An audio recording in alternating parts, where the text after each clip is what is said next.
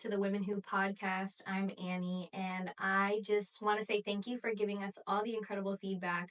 I know you guys are loving the guests we're having on the podcast. We do too. We love interviewing women in our community. But the same way we recently had Andrea in the hot seat, we now have Brittany. I'm honored that I'm the one who gets to talk with her while she's in the hot seat because the purpose of the hot seat is to go deep, to go where people may be afraid to go. The whole point of Women Who is to build community where we're honest, transparent, we celebrate the wins, and we're with each other through the hard times. You will hear Andrea pitch in because she's the one podcasting, and I'm sure she's going to have some things to say as well. But without further ado, Brittany, it's an honor to have you in this hot seat. Thank you for having me on this hot seat. Big fan of heated seats. Not sure this is the same thing, a little more hot in this one. Thank you for having me, and I'm excited to dive deep. A little scared if I'm honest, but we're here for it. Let's do it. Let's throw out the questions. Awesome. Well, tell us a little bit about the season you're currently in. If you could name this season that you're in right now, the title, like what's the title of this season? So I'm going to steal a book title that I'm diving into at the moment, and it's a course that's offered through our church, and I think it's very deep work. So the title is Soul Care, and right now I am in a season where I'm having to look backwards to move forward, and I think sometimes sitting in that realization doesn't mean I'm not haven't forgiven or haven't moved past a certain situation, but it's understanding that there's healing still to be done.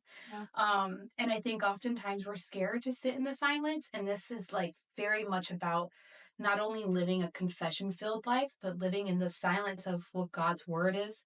And I think that can be really intimidating. I know I wasn't ready to do that early on in my faith journey. So a little bit about my backstory on that is I actually started to go to church in 2018 thanks to our producer Andrea, and it stemmed from a heartbreak, and God does his work with the brokenhearted, and I think that sentiment has always held really true to me. And I think my friendships were something I prayed about before I even knew how to pray. And to have someone who walked into the door and said, "Hey, do you want to go to church?" Whether my answer was yes or no, she'd show up, and there was beauty in that intentionality that she would show up and drive us. And it became this, like, I call it my therapy session, but it was an hour there and an hour back, and we would just dive into the nitty gritty of our hearts. And then I was just getting into church. Up until that point, I had been raised around other faith-based people. I was friends with the pastor's daughter. So I had come in and out of different churches, but I never felt at peace or like I belonged. And I'm sure that was more of an internal thing than an external thing, but it was from that place of not knowing where else I needed to go or what else to do, where I was like, I let go of control. And if you know me, you know that's one of the hardest things for me to do is let go of control and trust.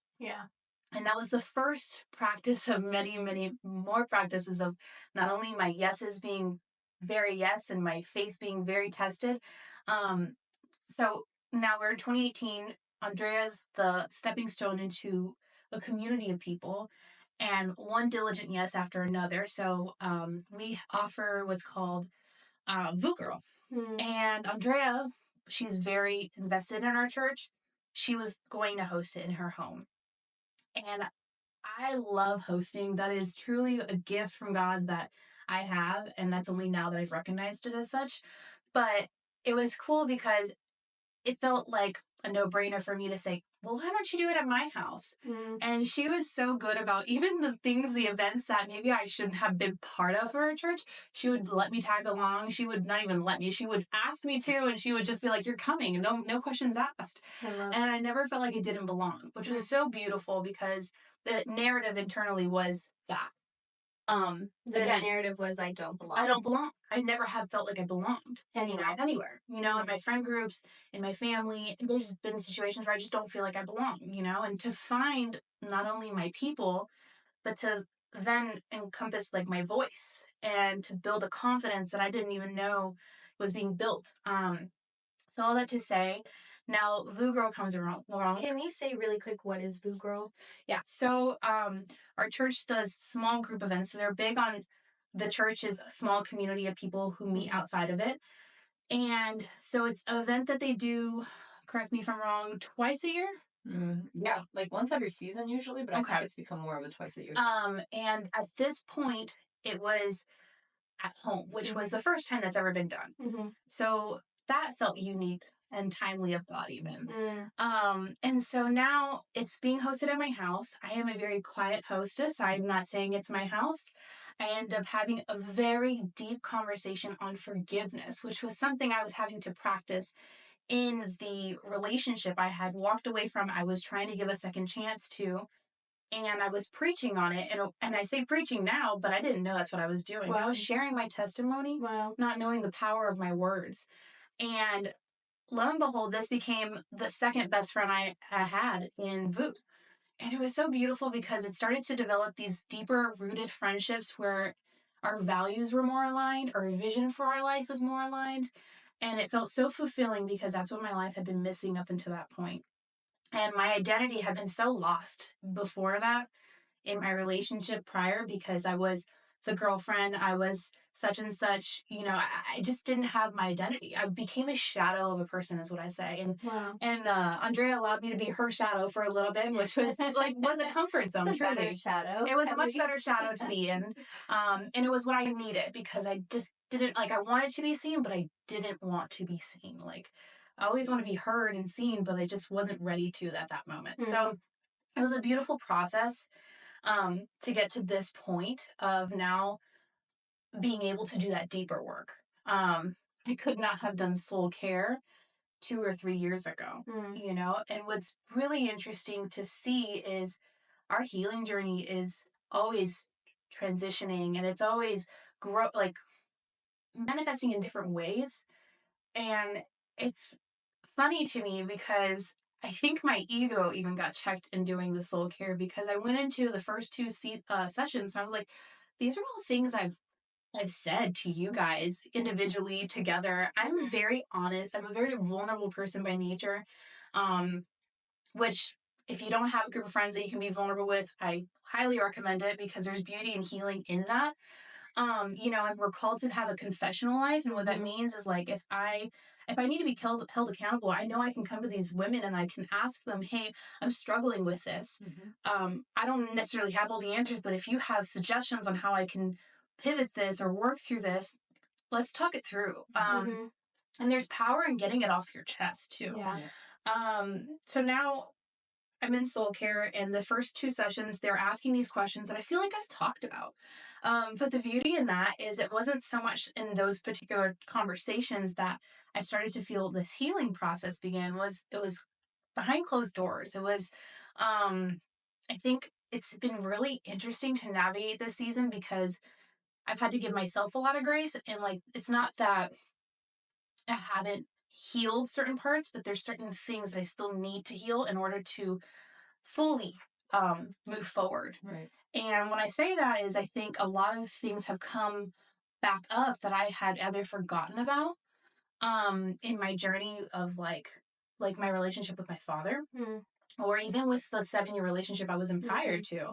And so that was so interesting to me, because it's not because I have forgiven him. I have forgiven him, and I have moved forward, and it's nothing I'm holding on to regarding that relationship, but it's the healing I needed to do because of that relationship. And to distinguish the two is part of giving grace and understanding, but it's also part of that healing tension of it's okay that this is coming up now, 7 years later, or 5, 6 years later. I'm terrible at time. I go to Andrea for timelines. But it was so cool, because it was that reminder that we're all healing different parts of our heart, and it's not linear. And just to be reminded, in small moments, and it's felt very timely. My past seems to come in little ways of reminders of letting go, how prevalent that was in my life, and how important it was, and knowing when to let go. And sometimes it was hard for me, and there's been a lot of patterns in my life I've had to recognize so I can break from moving forward. So yeah, that it sums up the season I'm in, I think. I love it. I felt like this was honestly a little I felt all of that had to come out of you. Yeah. Like I felt, So. yeah, it felt very like at the top of your chest. So like as you kept talking and talking, I'm like, Andrea and I, be quiet, because I think you had to let that all out. Yeah. I think there's a couple things that I noticed in what you just said is that when you have God in your life, whether you know it or not, He's always working. He's always healing parts of you. You said that He's answered prayers. Tissue's right there. He's answered prayers that before you even knew how to pray. So I love that you say, you know, you were able to look back or your past creeps up on you. I know so many times when people are trying to heal, myself included, we don't want to look in the past. We're called not to look in the rearview mirror because life is supposed to be lived forward, and God doesn't use a single thing that's behind you to build your present and the future He has for you. But I do think that it's really important when you are healing, if the past comes up to you, it's you sit with it, you pray about it, you ask God, why did this show up again? Right. Why am I experiencing these feelings again? Right. And the key for me is to do that without judgment. Right. I think the way we can do that without judgment is to bring it to God. Right. Because if something for me, at least in my past comes up and I try to handle it on my own, I'm judging myself. But if I give it to God, I'm not, because he's the judge of all, you know? Yeah. Another thing I noticed too is that, which we need to do a podcast on this, is Andrea has been the middleman for all of our relationships. And So I true. think because of her yes, like you said, her yes after yes, her obedience has, God knew women who was going to be here before either of us met, any of us met, you know, like, and now He's worked through the hashtag whole high five, because we're going to use that forever. And so I think that's why it's so important, you know, you could have said no to Andrea. You could have said no to going to church, but I think I did. I wasn't going to give her that option. Okay, great. Okay, well, she tried that. I totally did. No, I did. Yeah. Maybe Right? it was Okay, said no. Yeah, I told her to shut up. That's really Christian of you. I didn't tell her to shut up. I just kept showing up. But probably those were dreams. Yeah, I'm sure. Which that is okay. Yeah. If you're trying to get someone to go to church with you and they say no, you're allowed to say shut up. God will allow that. In case anyone was wondering. But You know, it's funny because I'm gonna pull a Nebraska and say I'm gonna put a parenthesis on that. Because she was talking about being in my shadow, and I feel like it's been so long that I don't even remember her being in my shadow at this point. Which is so funny because she's so much taller than me. How is she your shadow? I know, but I something that like I feel like the Holy Spirit just revealed is basically the darkness she was hiding in, like the darkness she was carrying, and the minute she got to know Christ in a completely different way, and that light lit up inside of her, she no longer needed to live in anybody's shadow. She could be lit up from the inside out. Wow. So it was all her that was waiting to be lit up. Yeah. And I think it really happened after her baptism. Yep. She got baptized and something just sparked inside her. I just got chills. Something just sparked inside of her that she just was like good on her own. And I was able to look at her and be like, you're good to lead your crew. You're good to move on. You're good to form your own friendships. And she was doing that. Yeah. Yeah. And I think that was like, that has been probably the last 2 years. And it's interesting how God answers your prayers, because it's not necessarily the way you envision it for your life. So leading up to eventually leading a crew, I was praying for confidence, like confidence in my walk, confidence in showing up. It was inevitable. I was being seen now, and I was not comfortable with that. And I was preaching to people, and I was shocked by that, because I'm like, who am I? Who am I to be speaking in this way to people when I'm still trying to figure out what that means for me? And God's sense of humor, because He knows I'm an overthinker through and through, I was intimidated by this idea of leading a crew. And the way it went about didn't even allow me time to think about it, because it was such a last minute need that I had to fulfill. And it like worked out in so much of a better way than I could have imagined, in the sense that it was part of the active crew I was already participating in. It had the element of a women's crew that was also part of a co-ed crew. Like it was so unique in all fronts, and nothing up until that point had existed like that. And still, And I think it was so cool because it allowed me, and I was so nervous the day that I had to go to my first crew to lead. I mean, I called probably everyone. Yeah. So scared because the perfectionist in me wanted to make sure that I was doing it, that I was worried and was like, am I going to be able to pray for people? Am I going to be able to lead people properly? I take that very seriously. And it was just so unique because as I was pouring in, I was getting so much back. And it was so cool because I feel like every little puzzle piece has become where we are today and how this has become and developed. And even sitting here today having this conversation on camera for me is like a full circle moment where I'm like, I would have never not thought that I could do this, not believed it for myself, but God is someone who just believes in you entirely before you believe in yourself. And I think that's that's why I'm always like, what's our vision? Let's make it bigger. Because if we can envision it, God has a better plan for us.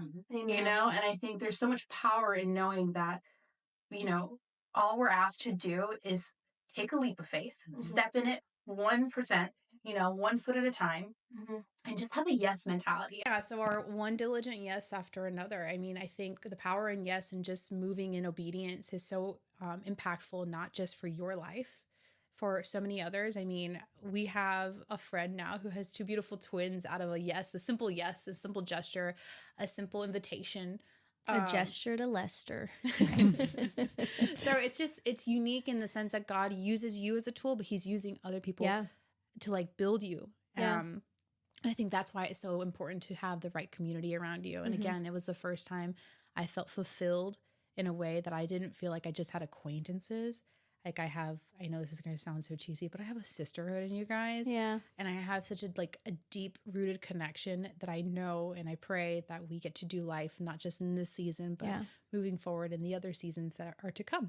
Yeah. I love that. And yeah, you're Brittany Broken's sister in my phone, so it's not that cheesy. I love what you're saying though. You said that you basically, with what you just shared, you didn't feel ready to be a leader. And it goes to show that when you surrender it to God, he doesn't use the qualified. He uses the unqualified. And because you were able to say yes, he was able to use you and you were able to start leading a beautiful crew where you were.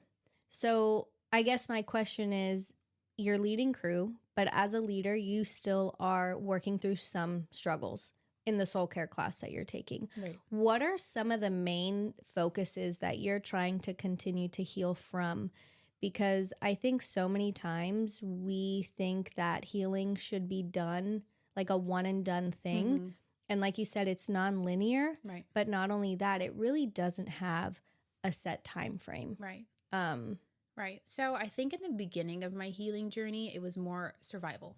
I was trying to find the joy in my day again. I was trying to find my why. And now it's like re-inviting this idea of healing in a very different way. And I think when you invite the Holy Spirit, he reveals another layer to that healing process. And it's hard to answer that because I'm in it. But I would say that there's a lot of things that have come up that I had buried very deep.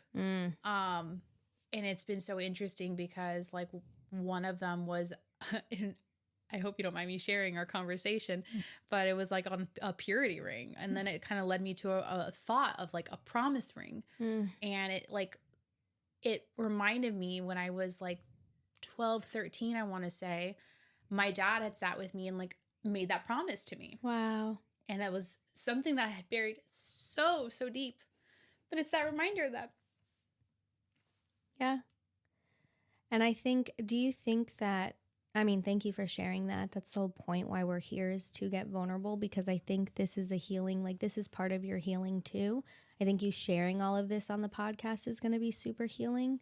But do you think you only remembered that because of the Holy Spirit, that he showed that to you? I think people were used too. I think well, because God does use people. Yeah. So it was a combination of things, and it's interesting because he's always placing little hints throughout your healing and through your process to kind of like trigger thoughts too. And it's been a lot of triggers, a lot of like reminders where I wasn't looking for them. It was a drive with Andrea who mentioned a restaurant that I hadn't even put two and two together. And then a conversation later in the week of a couple that had done that purity ring and the promise to one another. And it was just like in a moment, it was like after a very long prayer too, that was revealed to me in a memory. Like I hadn't thought about this memory. And I don't have that. Like my mom probably has the ring, but I don't have that ring visible as a reminder. So it was like the combination of those two things happening within the week that kind of triggered a thought. Yeah. Why do you get emotional when you remember that moment that your dad gave you the promise ring? Oof. Man, you were not kidding about diving deep, huh? I used to be a swimmer, so I know how to dive. I can hold my breath for a really long time. Oh, gosh. It's just that reminder that sometimes we hold on to the negative, that's the human in us. And it's that reminder that not only does my heavenly father love me, but my earthly father. Yeah. Yeah. I think that's a beautiful thing, and obviously it there's some healing that obviously needs to be done in that area, but I think one of the biggest things that I pray for when I'm healing is for God to be gentle with me when he shows me the things that I need to heal from. And I think, I know you personally, so I know this is something that you've been wanting healing from or answers for a really long time, and seeing it come, God is the circle maker. So seeing it come full circle, it's such an honor to be here sitting with you. And I know I speak for Andrea and all the girls at Women who, like, the work that you've put in, this is the fruit of your labor, right? You're getting these answers, you're getting these reminders, and just that God is here with you. Like, he's here with you in the healing.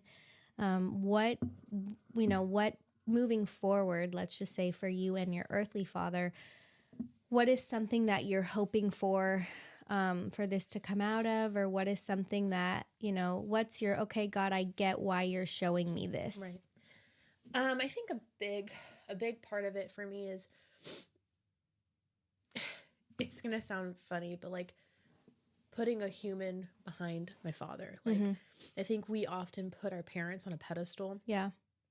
And it was actually, I think, the whole series of daddy issues that put it into perspective that my dad had a dad. And it stemmed from that, and I'm so eager to give grace and understanding to other people. But I think sometimes your parents are the hardest people to understand and give grace to. Yeah. Because you expect them to know it all and do it perfectly, and they can't mess up. And I think when you come to realize that your parents just have been doing the best they can with what they've had, you kind of become a little more grace-filled for them. Yeah. And I just think this is that process of like pulling the narrative of what was and giving him the opportunity to show up entirely different. We're all about growing as individuals, and I want to believe that you can. Yeah. And I think he would sit here and argue that you can't change, but I would sit here and argue the absolute opposite. Yeah. And I think he had a moment earlier in the year where I think his life was shook a little bit. And he came to realize that things had to change. And there was a moment even around my birthday, or actually for my birthday, where he had recognized the change in my heart. And he spoke on his change and that he didn't want us to go too far apart before we actually got an opportunity to grow our relationship again. Wow. And for me, that felt very cathartic in some ways. And it took me probably weeks to really process those words, because they were not words I was ever expecting coming from him. Right. And I think, like, my goal in healing that relationship is, I think everything stems from it.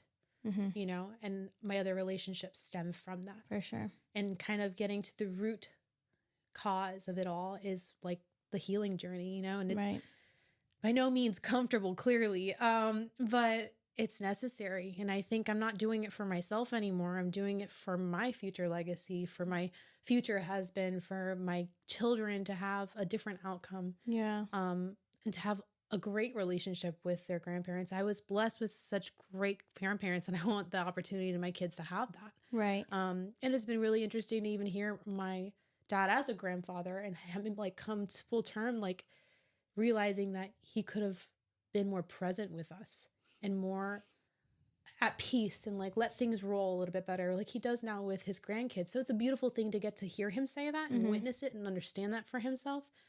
And even understanding that my struggles are some of his struggles. Like the sense of control is a struggle of his. It's a family sin pattern. Yeah.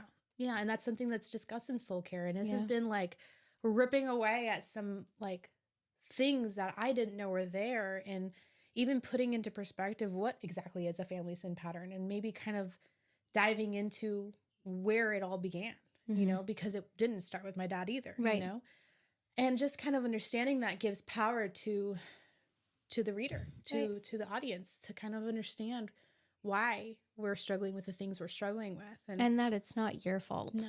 No. I think something that you just said, how your dad would argue that you can't change. But I think with God, you can teach an old dog new tricks for sure. Yeah.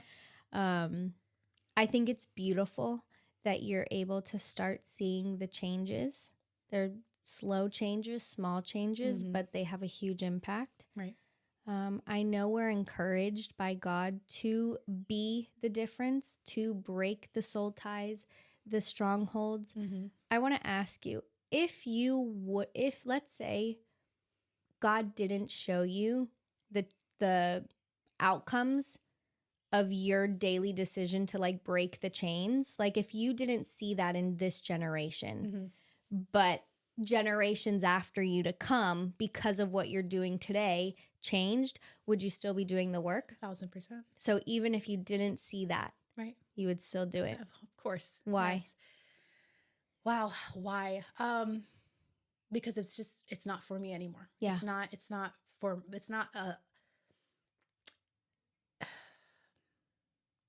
just for my heart. It's for the generations to come. And I did say as far as my kids, but it's for my kids' kids. Yeah.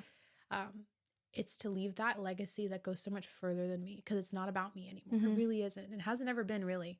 And to understand that and humble yourself to realize it's for a healing that's so much beyond your own heart. Right. I think that why is so much more powerful. Because you're not only are you healing your heart in this healing, you're healing your unborn children's hearts. You're healing their kids' hearts. Right. So I think that's really beautiful, because a lot of times people heal just so that we don't feel the pain and the hurt, and we don't take it any further than us. But God calls us to do a work today that will bear fruit in generations to come. Right. So that was a trick question and you passed it. So great job.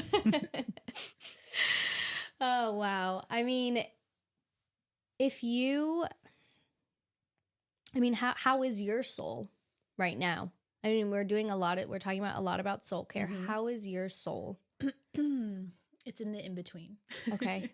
Okay. I'd say it's not healed, but it's the uncomfortable part of the healing journey. It's the valley before the mountaintop, you know? I think there's a lot of breakthrough, and in that you have to break. It's a lot of tears, a lot of uncomfortable realities and reminders, and things, like I said, that have come up, and there have been triggers, you know, and triggers aren't said in a fun way. They're said because they're not easy to deal with, you know, and recognizing, and I think what's most important in this process is getting inquisitive with yourself. It's like, why did that make me feel that way? Why did that reaction come from a simple thing of washing a boat? Like it was just those simple things that have come up as I've prayed about them, like reveal them to me. And they've been revealed in such ways, and I'm having to question, okay, like what is this supposed to teach me? What is this supposed to remind me of? What is this lesson that's coming out of this? Why did I feel this way? What do I need to go back and think about and process properly now with this veil that's been lifted? Because that's the other thing, kind of seeing things from my past with new eyes, with fresh eyes. And that's a really interesting place to see things from, when that veil, and it can feel discouraging at times. I'm not saying it's all crystal clear and it's pretty, but it's also that reminder that we are in fact growing and we're changing. And the importance of giving yourself grace that you're no longer that person that accepted those things, and that you value yourself, and that you're looking at yourself with the eyes that God looks at you with. And I think there's such beauty in recognizing that for yourself. Yeah.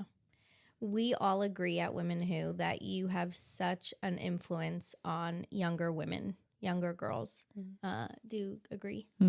Absolutely. Yeah. I definitely do. What would you say to someone younger looking up to you if they came up to you and said, I'm afraid to heal? Because in my healing journey right now, let me tell you, I found out that the healing hurts more than the trauma. Yeah. And I didn't know that until I really started doing the soul care, the deep dive, the therapy. So what would you say to them? I would first say that it's okay. That's okay that you feel that way. Yeah. I think fear sometimes is the reminder that we're on the right track. And I think in that question to yourself is, why are you afraid for those feelings to come up? What is it really holding you? And what are you afraid? Like, and I always ask, sometimes I think it's good to do worst case scenario. Like, what's the worst case scenario if you dive in and you get that answer and you live it out? Yeah. Let's talk about it. Let's remove this idea of what if, and let's just talk about it. Let's get it on the table. Right. And I think in the confessional life that we lead, it takes that fear away because you no longer are operating internally. You're now expressing it out. And I think there's power in being able to speak out your fears because they no longer have a stronghold on you once you speak them out. Right. So again, I'm all about feeling all your feelings.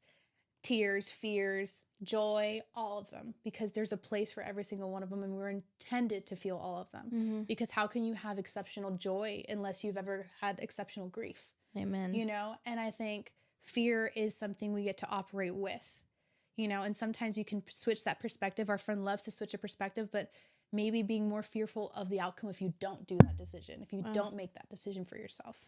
I want to talk about perspective because you recently helped me shift my perspective. When we were driving home from the Keys and we were driving south, north. I'm so bad at this. So we were driving north. So on my left was the sunset. And I was like, man, it's so beautiful. Oh my gosh. And then I looked to my right and it was darkness, like heavy rain clouds, thunder. And I go, oh my gosh, Britt, look at that. And you looked at me and you said, perspective, where are you going to keep your eyes? Are you going to keep your eyes on the light, on Jesus, on the cross, on the promises? Or are you going to keep your eyes on the darkness, your hurts, your pains, your past? Right. So you are such an advocate for where are you looking? Right. Change your perspective. Yeah. How do you, is that something that you're just naturally good at? Or have you had to work yourself into that? No, I think it's been a practice, a decision. I think we are all, like I've said before, one decision away from living out our joy-filled life or a hard-filled life. And I think I have been someone, as the youngest of four, I've become very good at sitting back and observing. And listening. And I think in doing such, I've recognized patterns of the people who only can see the darkness. And then I've seen the drastic difference in the lives of people who can only see the positive, even in their dark moments. Wow. And I think I've made a decision to be the one who can see the blessing in the dark, you know? And I think it's important to be able to see it for yourself, but even if you can't, I think it's important to have people in your life who can help you do that. I do. I have a person like that in my life, and I think you do too. Yep. You. Shout yourself out, girl. I think it's important because I think it's not always easy. I think I wake up some days and I'm already feeling like it's going to be a rough day, and I will literally verbalize, nope, it's going to be a great day. We're going to go enjoy our coffee. So it comes back to a very simple practice of what are the things that bring me joy? And coffee and slow mornings are my joy. And if you know me, you know that. Flowers is another one. And I'll start with the simple things so that I can try to navigate the harder things. And I think that's been a practice I've refined over time, but it's not necessarily something I've perfected. But I do recognize that there's a perspective in everything we choose to do. And I think once you realize you're the author of your book and you decide if it's going to be a comedy, a horror, what it's going to be. And you know me, I'm all about rom-coms. So that's what mine is. Yep. I love it. So it's a decision. I think we all, I guess it's not a sense of control, but it is a decision we get to make and wake up and decide today I'm going to be thankful and I'm going to be grateful. And if it means you waking up and deciding there's 3 things you're going to be grateful and verbalizing them, so be it. Do it. It's a practice of our mind. Our mouths are speaking to our minds, and what we say is what we hear and what we believe and what we're going to understand. Say what you need to say so you believe in your heart that this is a good day, that there's going to be a silver lining, that there's a sunset coming. Yeah. I think it's also beautiful because the way you're speaking on this is because are you good? That LaCroix though. I meant that really genuinely. I'm like choking a little bit, but it's okay. I lost my train of thought, but do you have something to say? I'm dead. This is the real life. Like, podcasts aren't always seamless. This is what you were saying about your sneeze in the previous episode. Yeah. You're like, I was about to sneeze. We've never had this happen before, so we don't have a protocol yet. Please bear with us and laugh with us. Man, and it was good. Yes, I remember. Sometimes we have to do things like you speak to yourself in the mirror. Mm-hmm. I've recently put note cards on my wall. Some people, and me, myself included, I used to think that was stupid. Mm-hmm. I'm like, no, that's not going to work. Like, do you really have to go speak it while looking at yourself in the mirror? Or do I really have to go put Post-its as a reminder? Like, come on, it's not that serious, but it is. Yes. The Post-it notes that I have put in my bathroom, every time I see them, a light sparks up in me. Like, oh my God, I'm fearfully and wonderfully made. Yeah. Oh my God, the Lord has been good to me. Yeah. You know, and so the way you talk to yourself in the mirror, like, they're not silly. No. So if someone out there is looking to heal, these little implementations that we put in our lives are so important. Mm-hmm. How would you tell someone, like, it's not weird, it's not dumb, it's not silly? Like, again, how would you talk to the girl who's coming to you for that advice? Because girls do. I'd say try it before you knock it, because I think the reality is how do we know what works for us until we give it a try? And I think, yes, I know it sounds silly and it's uncomfortable, but it's just you with you. So, I mean, if you're going to get uncomfortable with anyone, get uncomfortable with yourself. Oh, I love that. I mean, it's funny. I actually have a little rock in my bathroom that says I am. It's written on there. And it was a friend of mine who left it as a reminder that we are what we believe we are, or who we believe we are. And it's that, like, reminder to do those affirmations of, like, I am strong, I am confident, whatever that means for you, whatever the words you need to hear that day are. But it's a simple rock, really. You know, it's that foundation for me. Right. That I need to be reminded sometimes, like, you need to be your best friend. You need to be the person advocating for you sometimes, or a lot of times. Because you are the person in the narrative that you hear the most. So it's so important that the words you're speaking to yourself are kinder than everything else going on in the world, you know? And it's not silly. It's practical. I promise. Give it a try. Yeah. That's great advice. Is my camera working? No. All right. We will give it a try in a little bit. No, it is. Okay, cool. I think that's great advice. And I'm laughing because you say God is funny. And I really think he showed up today, because with all the little mishaps we've had on this podcast and you being someone who wants control, this has not been a controlled setting. It hasn't. And this has happened only for your podcast. And I think that is beautiful. Yeah. It could seem inconvenient. It could seem annoying, but I think it happened for God's purpose to say, Brittany, no matter the chaos around you, I'm within you. Yep. You're not going to control everything. Yep. If you make plans, I will laugh. Yep. I don't know why I'm pointing my finger at you, but I feel so strongly that this has happened because God's like, she's going to share her story. She thinks that she's in control. like Andrea said, I don't know if I'll get canceled for this, but God says, hold my beer. Well, it's funny because I'm sitting here thinking, dang, like of all the episodes that we've recorded, this has been, I was about to cry. Like I cry, but I don't cry very often. So I'm like, it's a very emotional topic. And she actually opened up in such a beautiful way. Yeah. But it reminds me of her podcast episode that we recorded for the Breaking Bread podcast. And it was called Stuck in the Mud. And I remember we recorded with one Yeti mic. The audio was not the greatest audio, but it has been one of our most listened to episodes on that podcast. And I'm like, this goes to show your audio doesn't need to be perfect. Right. Your cameras don't need to be working. Yep. You have a voice. Yes. God has given you a voice, and he's doing so much with that voice that it's almost like the enemy always wants to 100%. shut you up. And it's at the point where you're just going to be like, no, because I have a voice and I have a story to share, and I'm going to share it even if the audio isn't perfect. Amen. You literally make the devil run back to hell, girl. Yeah. It's true. That quote, it's been around for so long, but it says, be the type of woman that when you wake up, when you put your feet on the ground, the devil says, crap, she's awake. And I feel like that's you. Yeah. Thank you. That is you. Yeah. I don't think you realize the power that you have within yourself and the strength and everything that you've done and who you are. And despite every hard thing that you've gone through, you haven't hardened your heart. How does that feel when someone tells you that? Oof, that was when I first heard that, I didn't know how to accept that because it's something that was so foreign to me to hear. And I think I've at times haven't recognized certain blessings, and that's one of them.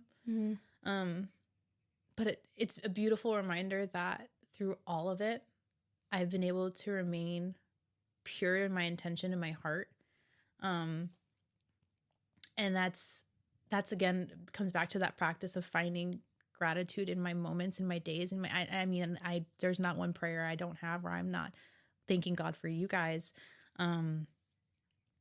But it's beautiful to be reminded that I don't want my heart to be hardened for the people that I love, you know, and I've always believed I have so much love to give. And it would only hurt me not to be able to give it. And so I think God gave me this heart to share, and I want to share it with the world.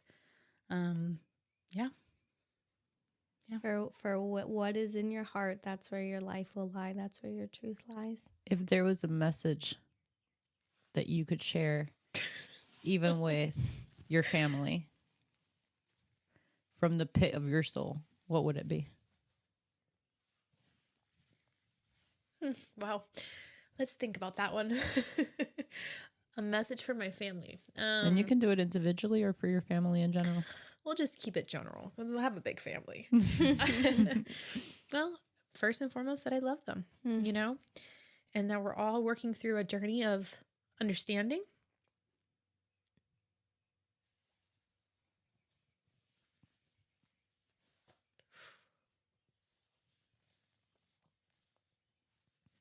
That I'm grateful for them. Grateful for our differences. And I know it's just refining us.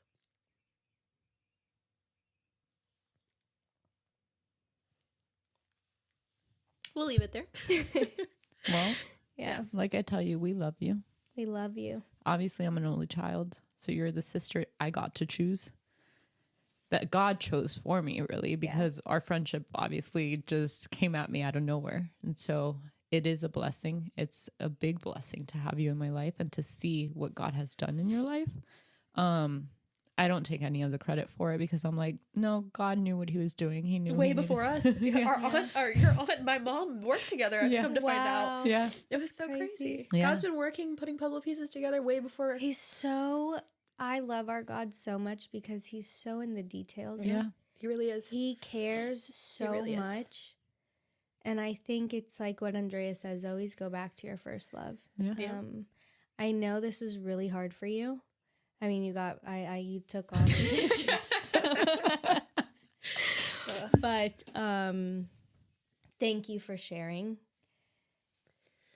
I don't think you realize how many people you are going to help when they listen or watch this, because when we're vulnerable and honest, it allows people to feel vulnerable and honest too. And I just have this vision of women crying while listening to this episode or watching this episode when you're crying, because you're letting them know like it's okay and it's going to be okay. And so I just want to thank you so much for just being vulnerable. And I hope this was as healing for you as it was for me, honestly. And me. And yeah, and everybody who watches it. And so thank you for listening.